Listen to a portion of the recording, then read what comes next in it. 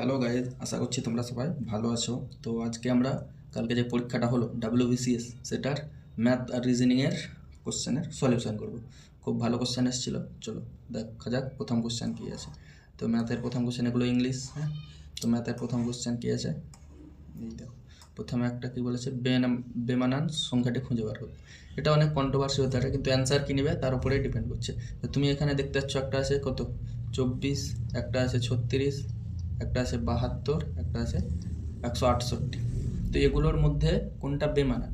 তো তুমি একটা সংখ্যায় দেখতে পাচ্ছ কি 36 হচ্ছে কি 6-এর স্কোয়ার, তাছাড়া কোনো সংখ্যা স্কোয়ার না। হ্যাঁ, সব এমনি নর্মাল সংখ্যা, কিন্তু 36টা হচ্ছে আলাদা। এটা একটা হতে পারে কোশ্চেন। এটার কী বলতো, অনেক রকমভাবে নেওয়া যেতে পারে, কিন্তু এটা আমার মনে হয় 36ই নেবে, কারণ এটা স্কোয়ার আছে, বুঝলে? চলো নেক্সট কী আছে দেখা যাক। নেক্সট কী আছে, এগুলো অঙ্ক না, অঙ্ক আছে। এই দেখো একটা রিজনিং আছে 36 নাম্বারে। রিজনিংটা কি বলেছে, কি অ্যাপেলের সংকেত দিয়ে দিয়েছে এটা। তাই আমরা কী করে করবো এগুলো? এগুলো ডাইরেক্ট আমি তো অ্যাপেল আর লিখবো না, আমরা ডাইরেক্ট একদম কী লিখবো, অ্যাপেলের সংকেত কত, অ্যাপেল 1, পি হচ্ছে 16, পি আবার 16, তারপরে কী আছে এল, এল হচ্ছে 12, তারপরে ই হচ্ছে 5, এস হচ্ছে 19। হ্যাঁ, তারপরে এবার যেগুলো দিয়েছে, বি হচ্ছে 2, ও হচ্ছে 15, আর হচ্ছে 18, তারপরে জে হচ্ছে 10, তারপরে এইচ হচ্ছে 8, আর তারপরে পি হচ্ছে 16। তাহলে কত হচ্ছে দেখো, প্রথমটাতে 1 বাড়লো, দ্বিতীয়টাতে 1 কমলো, তৃতীয়টাতে 2 বাড়লো, তারপরেরটাতে 2 কমলো, তারপরে 3 বাড়লো, 5 থেকে 8 হলো, তারপরে -3। মানে 1 বাড়লো 1 কমলো, 2 বাড়লো 2 কমলো, 3 বাড়লো 3 কমলো। তাহলে এবার দেখো ব্যানানা বিতে কি, বিয়ের সংকেত আমরা জানি 2, তা 2 থেকে 1 বাড়বে মানে 3 হবে। তা তুমি দেখতে পাচ্ছ 3 সি প্রত্যেকটাতে আছে, এটা শুধু নেই, এটা কেটে গেল। তারপরে এ হচ্ছে 1 থেকে 1 কমবে মানে কি কত হয়ে যাবে, 26 হয়ে যাবে। -1 তো হবে না, 26 হয়ে যাবে, 26 মানে জেড। তো জেড দেখতে পাচ্ছ সবেই আছে।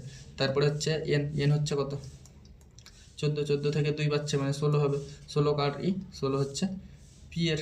পি দেখো তাহলে কি হচ্ছে সিজেড পি, এটাতে নেই। এবার একই রকম সিজেড পি, সিজেড পি। এবার ওয়াই না জেড কী হচ্ছে দেখো, তারপরে 14 পরে কি হয়ে যাচ্ছে, এ 1 থেকে কত কমবে, 2 কমবে, 2 কমবে মানে 25 হয়ে যাবে, 25 মানে ওয়াই।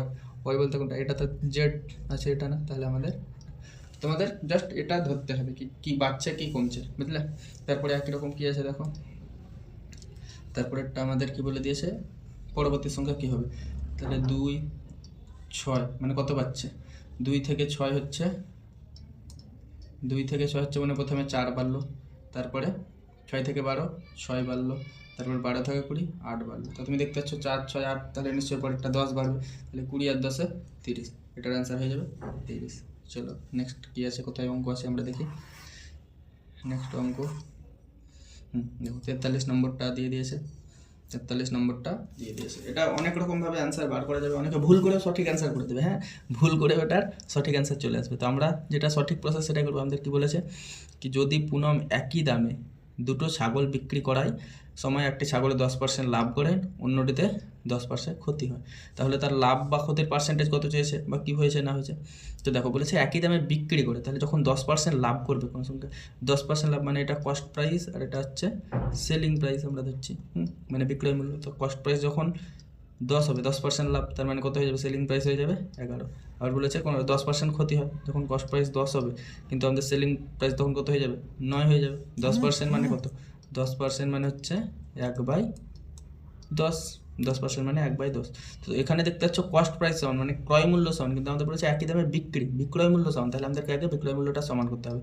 এটাকে 9 দিয়ে মাল্টিপল করো, এটাকে 11 দিয়ে, এটাকে 9 দিয়ে মাল্টিপল করলে এটাকেও তোমার 9 দিয়ে মাল্টিপল করতে হবে, এটাকে 11 দিয়ে মাল্টিপল করেছো, এটাকে 11 দিয়ে। তাহলে কত হয়ে যাচ্ছে দেখো, এটা হয়ে যাচ্ছে 90, আর এটা হয়ে যাচ্ছে 110, আর এটা হয়ে যাচ্ছে, দুটোই তো সমান 99, এটাও 99। আমরা তো সমান করতে হবে। এবার দেখো বিক্রয় মূল্য সমান, তা 99 আর 99 যোগ করলে হয় 198, আর এখানে 110 আর 90 200, মানে 200 টাকায় কিনেছিল, বিক্রি হলো 198 টাকা। তাহলে ক টাকা লস হলো, 2 টাকা লস হলো। এখানে লিখছি 2 টাকা লস হলো, কততে, 200 টাকাতে।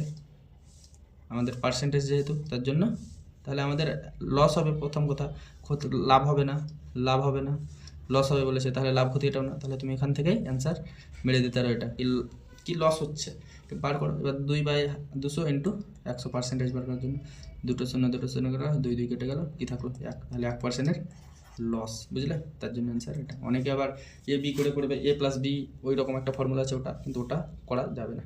চলো অ্যান্সার মিলে যাবে, কিন্তু অ্যান্সার মিললেই তো না, আমাদের প্রসেসটাও মেনটেন করতে হবে। তারপরে কি অঙ্ক আছে, তারপরে দেখো এটা একটা পারমুটেশন কম্বিনেশন টাইপের অঙ্ক দিয়েছে অন্য চ্যাপ্টার থেকে। এমনি সাধারণ কম্পিটিশন এই টাইপের কোশ্চেন খুব কমই আসে বলা যায়। হ্যাঁ চলো, কোশ্চেন একটু আলাদা করেছে, কোশ্চেন চেঞ্জ হবে, সরকার চেঞ্জ হয়েছে, এটাই স্বাভাবিক। হ্যাঁ তো চলো, একজন কেরানিকে কী বলেছে, একটা ভাষায় 3টি চিঠি দেওয়া হলো, যে ভাষাটি তার অজানা, তো ভাষা জানে না, তাকে 3টি খামও দেওয়া হয়েছে, যার প্রতিটিতেই ঠিকানা সেই একই ভাষায় লেখা রয়েছে। যদি কেরানিকে চিঠিগুলি খামগুলির ভেতর ভরতে দেওয়া হয়, তবে কত উপায়ে কাজটি করতে পারবেন যাতে 3টি খামের কোনোটিতেই সঠিক ঠিকানা সংবলিত চিঠি না থাকে। মানে সঠিক ঠিকানা, মানে একটা খাম দিয়েছে ধরো ওই খামে ভিতরে চিঠি থাকবে, সেটাতে একই ভাষা লেখা আছে, এরকম থাকবে। বি ভাষায় থাকবে, এখানে বি চিঠিটাই থাকবে, আর সি, কিন্তু ও ভাষা তো জানে না, সি একই রকম থাকবে। কিন্তু এবার বলেছে একই থাকবে না কখন, কোনটিতে, মানে 3টি খামের মধ্যে কীরকম টাইমে বলছে, তবে কত উপায়ে কাজটি একই থাকবে না, ওটা বলতে চাইছে। তো দেখো কী করে করবো, পারমুটেশন মানে আমরা আগে কটা হতে পারে, যদি আমরা পারমুটেশন কী বলে 3p3, এটা হচ্ছে পারমুটেশনের ফর্মুলা, মানে কত রকমভাবে আমরা সাজাতে পারবো এটাকে। 3p3 মানে কত, 3 ফ্যাক্টোরিয়াল, আর এটা হচ্ছে 3 - 3 তার ফ্যাক্টোরিয়াল। তাহলে 3 ফ্যাক্টোরিয়াল আর নিচে কী হয়ে যাচ্ছে, ওপরে 3 ফ্যাক্টোরিয়াল আর নিচে হয়ে যাচ্ছে 0 ফ্যাক্টোরিয়াল। 0 ফ্যাক্টোরিয়াল মানে কত, কেউ জানো কি? অবশ্যই জানো। তাহলে 3 ফ্যাক্টোরিয়াল আর নিচে হয়ে যাচ্ছে 1, মানে 0 ফ্যাক্টোরিয়াল মানে 1। এবার ফ্যাক্টোরিয়াল ভাঙা কে জানো, ফ্যাক্টোরিয়াল ভাঙা মানে আমরা কি 3 ফ্যাক্টোরিয়াল আছে তো 3, 2, 1, মানে যেটা ফ্যাক্টোরিয়াল থাকবে তার থেকে এক করে কমতে যাবে এবং গুণ, তাহলে কত হয়ে গেল 6, মানে 6 রকমভাবে আমরা এটাকে সাজাতে পারবো। তাহলে 6 রকমভাবে কীরকমভাবে সাজাতে পারবো, দেখো লিখার একটু অসুবিধা হচ্ছে, তো 6 রকমভাবে সাজাবো, দেখো আশা করি বুঝতে পারবে। তা প্রথমটা আমরা এইরকমভাবে সাজাতে পারি, ABC, মানে এ খামে এ চিঠি আছে, বি খামে বি চিঠি আছে, সি খামে সি চিঠি আছে। তারপরে এটাও তো হতে পারে চেঞ্জ, ACB, 6টা হবে আমাদের বলেছে, ACB এটাও হতে পারে। তারপরে এটা হতে, এবার বিকে সমান করে দাও, তাহলে কি হচ্ছে, বিকে সমান করলে এটা ধরো CBA, এটা একটা হলো। তারপরে কি হচ্ছে, এখানে এ দিয়েছো, এখানে আবার কি দিয়ে দাও, এ দিয়ে দাও, তাহলে আবার কি হয়ে যাবে BC, বুঝলে? 4টে উপায় হলো। আর কি হতে পারে, এখানে শেষে এবার বি দিয়ে দাও, শেষে তো বি একবার হয়েছে, তাহলে এখানে সি যদি দিয়ে দাও, সি তো শেষে হবে না, শেষে তো সি একবার অলরেডি দিয়েছো। কি হয়েছে, 4টে উপায় অলরেডি হয়ে গেছে। দেখো প্রথম থেকে একটু লেখাটা গন্ডগোল। হ্যাঁ, প্রথমে হচ্ছে ABC, তারপরে ACB, তারপরে একটা কী হতে পারে, তারপরে একটা তুমি বিকে প্রথমে রাখো, তাহলে কি হয়ে যাচ্ছে BAC, আবার কী হতে পারে BC, এটা হতে পারে। এবার সিকে সামনে রাখো, সিকে সামনে রাখলে কি হয়ে যাবে CAB বা CBA, এর বেশি তুমি অন্য কিছু করতে পারবে না। এবার আমাদের বলেছে একই রকম থাকবে না, মানে যে চিঠি খাম সেই খামে থাকবে না। তাহলে তুমি কি বলছো, এখানে দেখো এতে এ ঢুকেছে, বিতে বি ঢুকেছে, সিতে সি ঢুকেছে, এটা হবে না। এখানে এতে এ ঢুকে গেছে, তার জন্য এটা হবে না। এখানে কি আছে, এখানে সিতে সি ঢুকেছে, তার জন্য এটা হবে না। এখানে দেখো প্রত্যেকটা আলাদা আলাদা, এতে বি ঢুকেছে, বিতে সি ঢুকেছে, আর সিতে এ ঢুকেছে, এটা একটা। আর এখানে CAB, এটা আবার আলাদা। এখানে আবার কোনটাতে দেখো বিটাতেই ঢুকে গেছে, তাহলে এটা হবে না। তাহলে আমাদের কি হয়ে যাচ্ছে, এই দুটো উপায়ে কি করা যাবে, আলাদাভাবেই করা যাবে। তার জন্য অ্যান্সারটা হয়ে যাবে 2। দু রকম উপায়ে আমরা আলাদা চিঠি একই খামে, মানে চিঠি একই খামে একই চিঠি ভরতে পারবো না, বুঝতে পারলে? এটা হবে অ্যান্সার। 2 যে করেছো সে নাম্বার হবে। চলো তারপরেরটা কি আছে দেখো, তারপরেরটাতে একই রকম কি দিয়ে দিয়েছে, একটা আমাদের দেখো এটাতে অ্যালিগেশন করা যায়, বলে একটি শ্রেণীতে ছাত্র ছাত্রীদের গড় প্রাপ্ত গড় নম্বর 52, 42, ওই সকল শ্রেণী শিক্ষার্থীর গড় নম্বর হচ্ছে 50। মানে বলছে একটা স্কুল আছে,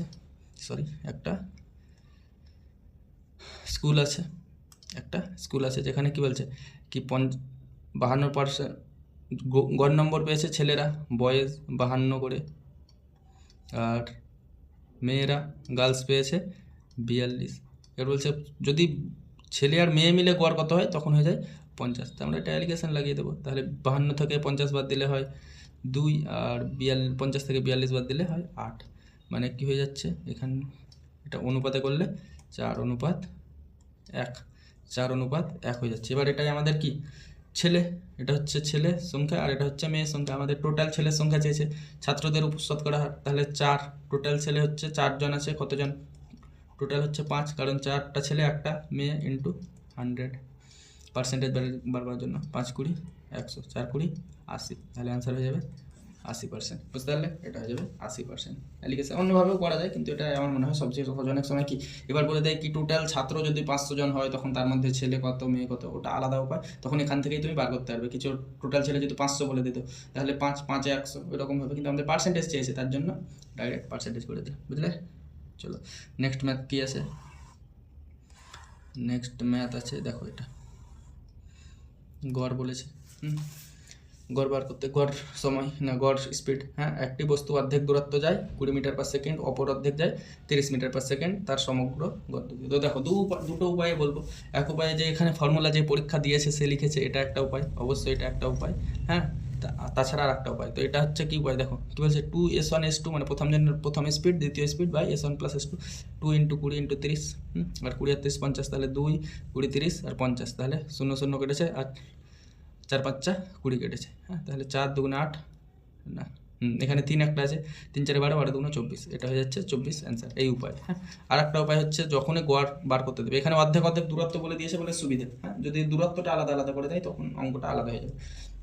তো যখনই আমাদের কী হবে গড় দূরত্ব বার করতে হবে, হ্যাঁ গড় স্পিড, তখন কী করবো, ফর্মুলাটা হচ্ছে total distance by total time. Total distance by total time. তো আমি ধরে নিচ্ছি টোটাল ডিস্টেন্স 2D। তাহলে প্রথম ডিস্টেন্স হাফ ডিস্টেন্স গেছে কততে, হাফ ডিস্টেন্স গেছে, দেখবে এই ফর্মুলাটা ঘুরে ফিরে আসছে। হাফ ডিস্টেন্স গেছে 20 মিটার পার সেকেন্ড, আর পরের হাফ গেছে কত 30 মিটার পার সেকেন্ড। তাহলে কী হয়ে যাচ্ছে, তাহলে হয়ে যাচ্ছে এখানে 2D তো উপরে ছিল, আর এটা লসাগু 2D, সরি 2D, আর লসাগু করলে এটা হয়ে যাচ্ছে 60।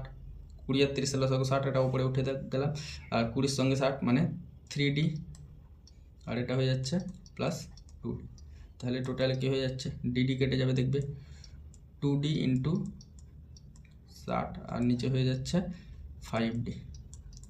তাহলে DD কেটে গেল, আর 5 12 60, তাহলে 12 2 24। এটা একই। তো যে ফর্মুলা মনে রাখতে পারবে তার ভালো। এখানে অর্ধেক দূরত্বটা যখন একই, মানে কি প্রথম অর্ধেক দ্বিতীয় অর্ধেক, এখানে যদি বলতে 1/3 2/3, তাহলে অঙ্কটা এই ফর্মুলাতে আসতো না, বুঝলে? কিন্তু একই দূরত্ব বলে দিয়েছে, নো প্রবলেম, এই ফর্মুলাতেই হয়ে যাবে। কিন্তু যখনই কেউ যদি মনে না রাখতে পারে, অনেক সময় ট্রেন বাস টাস দিয়ে দেয় অনেক কিছু স্পিড, তখন কী হয়ে যাবে, total distance by total time সমান হচ্ছে অ্যাভারেজ স্পিড। এটা হচ্ছে ফর্মুলা। চলো নেক্সট কী বলেছে, নেক্সট কী অঙ্ক আছে দেখা যাক। কোথায় অঙ্ক আছে, অঙ্ক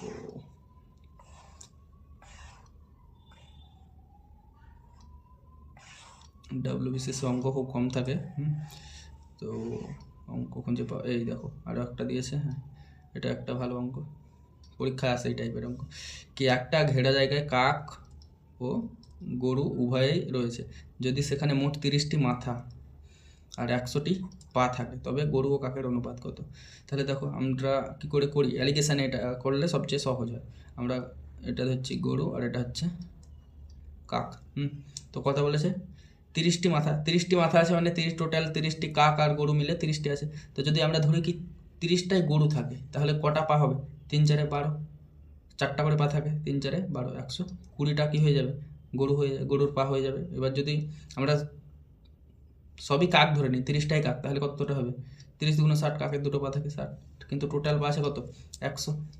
এবার এ করো, এটা হচ্ছে কত, বিয়োগ করলে হয়ে যাবে এটা 20, আর এটা হয়ে যায়, এটা থেকে এটা বিয়োগ করে আমরা এটা পাই, আর এটা থেকে এটা বিয়োগ করে যেটা হবে কত 40, মানে এটা এবার অনুপাত করলে 2:1, অ্যান্সার হয়ে যাবে 2:1। দেখবে মাথায় রাখবে, গরু ও কাক, মানে গরুটা আগে হবে, গরুটা কাক, গরু 2 আর কাক কাক, বুঝলে? এটা হচ্ছে অনুপাত।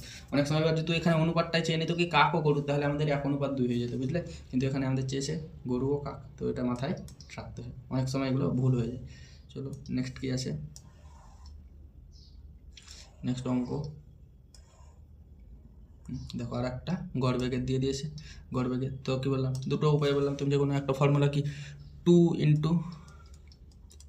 10 × 40, আর নিচে কত হয়ে যাবে 40 আর 10 50, একটা শূন্য কেটে দাও, 5 × 8 = 40, 8 × 2 = 16, তাহলে অ্যান্সার হয়ে যাবে 16 মিটার/সেকেন্ড। যেহেতু কি বলেছে অর্ধেক অংশ, যখনই অন্য কিছু বলবে তখন অন্য কিছু, কিন্তু যখন এইরকম অর্ধেক বলে দেবে বাস আমাদের অ্যান্সার হয়ে যাবে এটা, বুঝতে পারলে? চলো নেক্সট কী আছে, নেক্সট অঙ্ক দেখো, একটা রিজনিং আছে, খুব ভালো রিজনিং, খুব সহজ রিজনিং। এর সংকেত কি 1, ডি এর সংকেত 4, জি এর সংকেত 7, জে এর সংকেত 10, এম এর সংকেত 13, বাস। তাহলে কত করে 3 3 3 3, তারপর 13 আর 3 16, 16 কার সংকেত পি। চলো বুঝতে পারলে, এইরকমভাবে এগুলো করতে হবে। তারপরে কি আছে, তারপরে অঙ্ক দেখো, এটা দারুণ দিয়েছে কনফিউজ করার জন্য, পরীক্ষার হলে কনফিউশন আনবে এই অঙ্কটাতে। তো কি বলেছে আগে দেখো, কি একটি পরীক্ষায় একজন শিক্ষার্থী প্রতিটি সঠিক উত্তরের জন্য 4 নম্বর, উত্তর না দেওয়ার জন্য 1 নম্বর এবং ভুল উত্তরের জন্য 0 নম্বর পায়। তো ভুল উত্তরের জন্য 0 নম্বর পায়, এটাই বাড়িয়ে দিয়েছে। অন্য অঙ্কে এরকম থাকে না, একটা দেয় সঠিক একটা ভুল, কিন্তু এখানে এই জিনিসটা করেছে, উত্তর না দেওয়া প্রতিটি প্রশ্নের জন্য ও কী পাবে 1 নম্বর পাবে, আর ভুল উত্তর দিলে 0 নম্বর পাবে। যদি মোট 30টি প্রশ্ন থাকে তাহলে নিচের কোন স্কোরটি শিক্ষার্থীর পক্ষে অর্জন করা সম্ভব নয়, মানে কোন নাম্বারটা পেতে পারে না। তো দেখো আমরা এটা কীভাবে করবো, আমরা যখন দেখছি কি প্রত্যেকটাই 110-এর ওপরে আছে, মানে 30টা টোটাল কোশ্চেন, 4 করে নাম্বার, নেগেটিভ নাম্বার নেই, তো আমরা যদি 4 25 হয় 130, মানে এর নিচেই হবে, স্বাভাবিক কথা ওটা। তাহলে আমাদের যদি আমরা এখানে 25টা ঠিক করে, তাহলে 25 4 25 100 হয়, কিন্তু আমাদের সবই দেখছো 113 14 15 17। হ্যাঁ, তো কী হচ্ছে, আমরা 25 28 ধরছি, 28টা কোশ্চেন যদি ও ঠিক করে, তাহলে 4 28-এ কত হয় 112। হ্যাঁ, তো দেখো প্রত্যেকটা 112-এর উপরে আছে, তো 112 পেয়েছে, 28টা ঠিক করেছে, আর দুটো যদি এবার কী করেছে, প্রতিটি 113 কী করে হতে পারে, তাহলে 2 থাকছে কি না, 2 নাম্বারও দরকার, কিন্তু 113 পেতে পারে কিনা, একটা ও ঠিক উত্তর করেছে, একটা ভুল উত্তর করেছে, হতেই পারে একটা ঠিক একটা ভুল, তাহলে একটা ঠিকের জন্য 1 নাম্বার, আর ভুল উত্তরের জন্য না, একটা অ্যাটেম্প করেনি আর একটা ঠিক, তাহলে কি হচ্ছে, যেটা অ্যাটেম্প করেনি মানে না দেওয়ার জন্য 1 নাম্বার, তাহলে 12 আর 1 13, আর ভুল উত্তরের জন্য তো 0, তাহলে 113 নাম্বার হচ্ছে, 113 নম্বর পেতে পারে। এবার আমাদের কি হচ্ছে 114 হতে পারে, কি ওই একটাও ভুল করেনি কিন্তু দুটো ছেড়ে এসছে, উত্তর দেয়নি, তাহলে ওখানে 2 নাম্বার পাবে, তাহলে 112 আর 2 114 হচ্ছে কি না, বুঝতে পারলে? 112 তো 28টা ঠিক করার জন্য পাচ্ছে, আর টোটালে 30টা অঙ্ক আমাদের, না 30টা কোশ্চেন, তাহলে কি হচ্ছে, যদি ও দুটো করেনি, উত্তর দেয়নি, তার জন্য ও কত নাম্বার পেয়েছে 2 নাম্বার পেয়েছে, তাহলে 112 আর 2 114, ঠিক আছে। এবার আমাদের 115 হচ্ছে কি, দেখে নাও 115 কী করে হবে, কি 112 তো ও নাম্বার 28টার জন্য, এবার 3টা লাগবে, 3টে যদি ও উত্তর না করে তবেই 115 হবে, কিন্তু 3টে তো থাকছে না, আমাদের টোটালে হচ্ছে কত 30টা কোশ্চেন, তাহলে 128 আর 3-এ তো 28 আর 3-এ তখন 31 হয়ে যাবে, তাহলে 115 হচ্ছে না, এটা অ্যান্সার। এবার 117 কী করে আসছে, তুমি বলতেই পারো কি 29টা ঠিক করেছে, তাহলে 29 × 4 কত হয়ে যাবে 116, আর একটা ও কী করেছে, উত্তর দেয়নি, না করার জন্য 1, তাহলে 117, বুঝলে?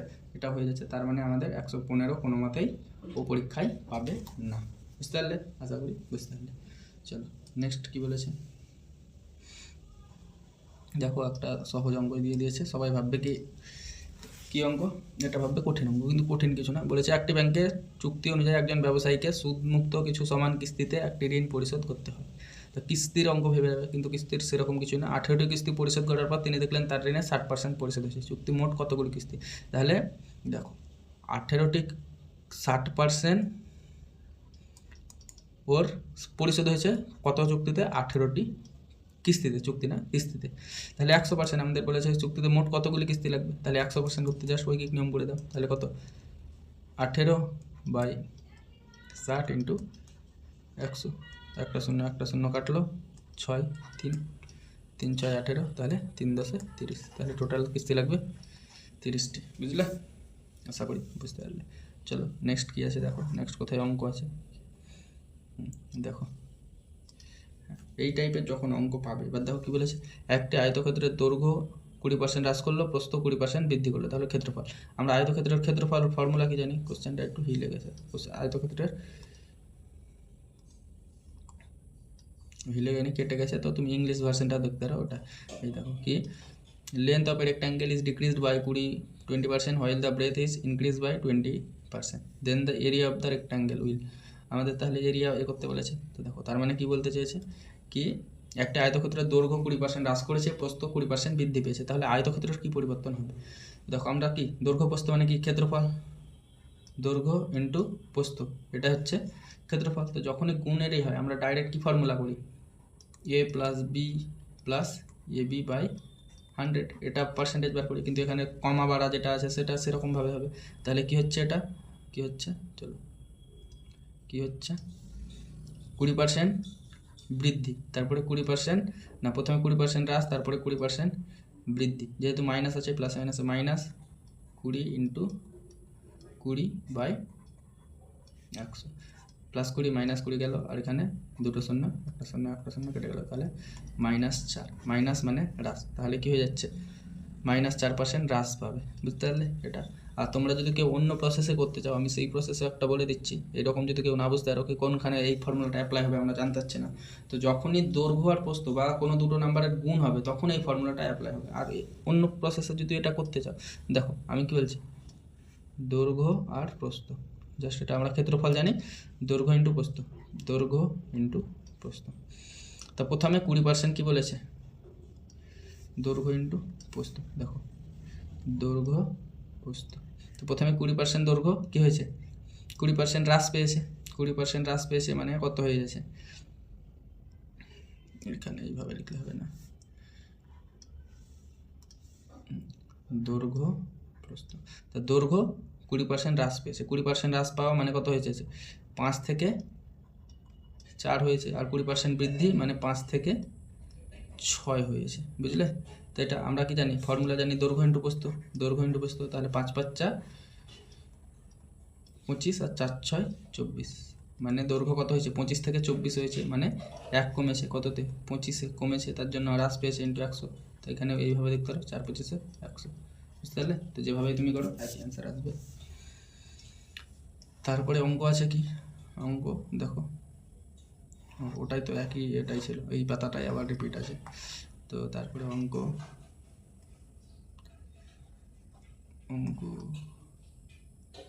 এই দেখো একটা অঙ্ক আছে, দেখো 2x - 3y -12x/y, তাহলে ডাইরেক্ট x এর মান কত চেয়েছে, তাহলে ডাইরেক্ট তুমি কী করবে, এখানে বসিয়েও দেখতে পারো কি কোনটা আসছে, যদি আসে এটা অপশান টেস্ট করতে পারো, এইরকমভাবে অপশান টেস্ট করতে পারো x এর ভ্যালু বসিয়ে। তো যেভাবে বসে দেখো 4 আর 3 x হয়, 4 3 তো না, 8 আর 4 এটাও হচ্ছে না, তো অপশান টেস্ট করে করতে পারো, 6 9 2 3 হয়ে যাচ্ছে, এটাও না, তো অ্যান্সার পড়ে থাকছে এটা অপশান টেস্ট। আর যদি তুমি বলো কি না আমি ধরে ধরে করবো, তাহলে x সমান কত 3কে ধরো আর y সমান 4কে, বাস মান বসাও, কে এর মান বসাও, হয়ে যাবে। বুঝলে? তো এইভাবে তুমি x/y সমান তো বলে দিয়েছে 3/4, তাহলে তুমি x এর মান যদি 6 বসাও আর y এর মান 4 বসাও, তো 3/4 আসবে কি, আসবে না। x এর মান 4 বসাও, y এর মান 3 বসাও, এটা তো 3/4 বলে দিয়ে, এটা 4/3 দিয়ে দিয়েছে। x এর মান 8 বসাও, y এর মান 4 বসাও, এটা আসছে কি, আসছে না। তো কী হচ্ছে, আমাদের অপশান টেস্ট করলে এটা হয়ে যাবে। তারপরে অঙ্ক কী আছে দেখো, অঙ্ক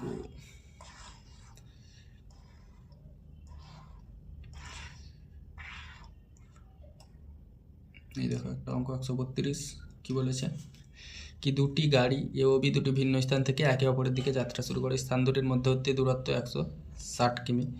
গাড়ি দুটি সকাল 8টা 10-এ একই সময়ে যাত্রা শুরু করে। গাড়ি দুটির গতিবেগ যথাক্রমে 50 কিলোমিটার/আওয়ার আর ঘন্টায় 30 কিমি হয়, তাহলে একে অপরের সাথে মিলিত হবে।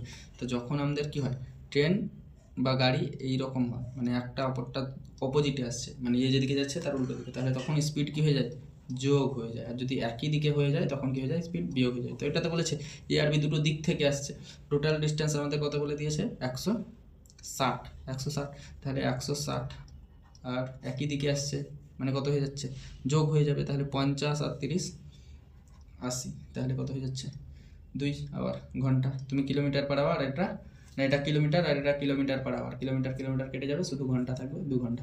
তা 8টা 10-এ ছেড়েছে, ওটাই মিট করবে 10টা 10-এ 2 ঘন্টা, বুঝলে? এটা তো 2 ঘন্টা 20 মিনিট হয়ে যাচ্ছে, এটা তো বেশি হয়ে যাচ্ছে 3 ঘন্টা, তো এটা হচ্ছে অ্যান্সার, বুঝলে? চলো নেক্সট কী আছে,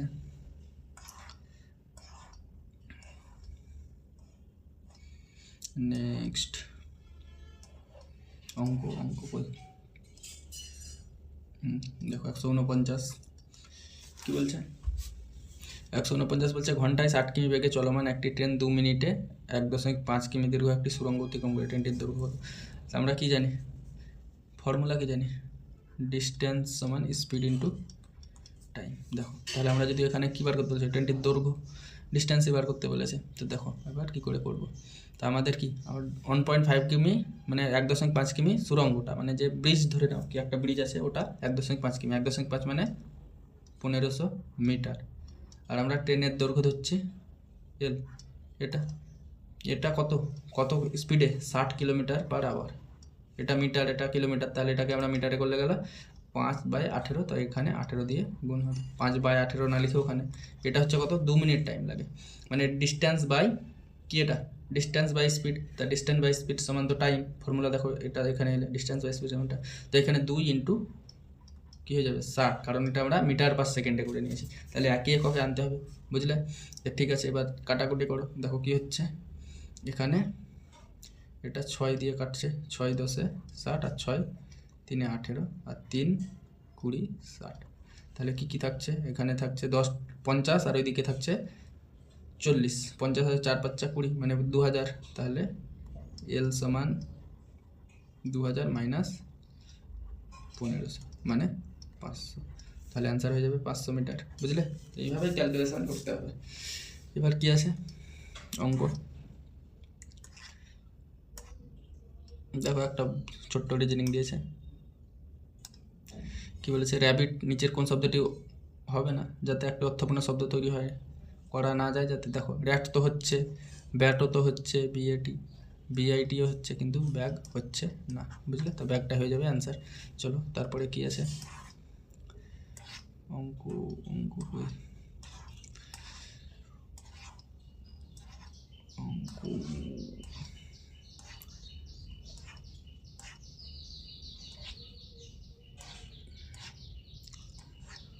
আমি তো দেখতেই পাচ্ছি না,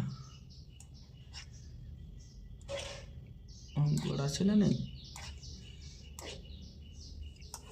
এটা তো ফিজিক্সে দিয়ে দিয়েছে, অঙ্ক এখানে একটা দেখো ছোট্ট দিয়েছে অঙ্ক টাইপের, কি একটি চতুর্ভুজের বর্গক্ষেত্রে হওয়ার জন্য 4টি সমান বাহু থাকা প্রয়োজনীয় শর্ত, কিন্তু এটি যথেষ্ট না। 4টি বাহু থাকলে কি বর্গক্ষেত্র হয়?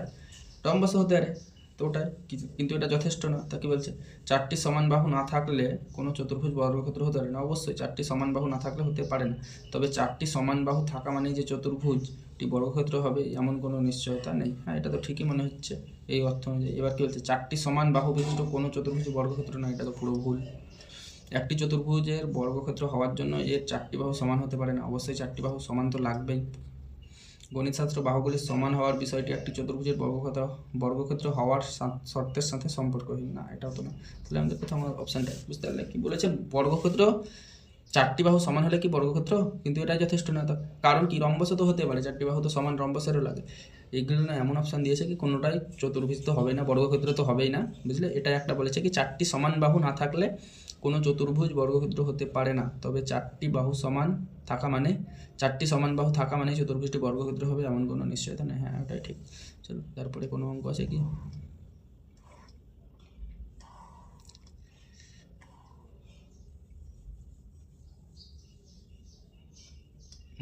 এটা একটা ভালো অঙ্ক, এটা শ্রেণীবিন্যাসের একটা অঙ্ক দিয়ে দিয়েছে। দেখো, একটি দলগত ছবি তোলার জন্য 630 জন শিশুর একটি দলকে সারিবদ্ধ বসানো হলো। প্রতিটি সারিতে তার ঠিক সামনের সারির তুলনায় 3 জন শিশু কম রয়েছে নিচের সারি। দেখো আমাদের এটা একটা ফর্মুলা হয়, SN সমান n/2 2a minus n-1 d। এবার বলবো এটা কি ফর্মুলা, এন মানে হচ্ছে কতটা সংখ্যা আছে, হ্যাঁ, আর ডি মানে হচ্ছে গ্যাপ, আর এ মানে হচ্ছে প্রথম সংখ্যাটা, এ মানে হচ্ছে প্রথম সংখ্যা। তো দেখো আমাদের এখানে এ করতে গেলে অপশান টেস্ট করে করতে হবে। আমরা এখানে এসএন মানে কত, এসএন মানে 630। এন এর ভ্যালু তো আমরা জানি না, নিচের সারির সংখ্যার মধ্যে কোনগুলি এমন বিন্যাস সম্ভব নয়। এন মানে আমরা জানি কি, এন মানে এই অপশানগুলো, হ্যাঁ, এগুলোই বসাতে হবে। এবার 630 n/2, 2a minus n minus 1d, এটা অনেকটা জায়গা লাগবে, এখানে হবে না। অবশ্যই ভাবে এ করা যাবে। তাহলে এখানে 630 মানে হয়ে যাবে 1260। এর ভ্যালুটা আমাদেরকে বার করতে হবে, এন এর ভ্যালু এইগুলো বসিয়ে, বুঝলে? তো যেটা অ্যাপ্লাই হবে না সেটা হবে না। তো অ্যান্সার যত সম্ভব কোনটা হবে দেখতে হবে। 5 বা কত ক্যালকুলেশান করলাম আমি, তো ওই রকমভাবে হবে। তো চলো, যদি কোনোটা মিস থাকে বলবে, অবশ্যই আবার করাবো। কারণ এইভাবে দেখে দেখে আমাকে ভুল হয়ে গেল, একটু ছবি তুলে রাখতে হতো আগে, তারপরে একটা একটা করে সাজাতে হতো। এইভাবে পিডিএফ থেকে খুঁজে খুঁজে অনেকটাই টাইম লেগে গেল, সরি। চলো, থ্যাংক ইউ।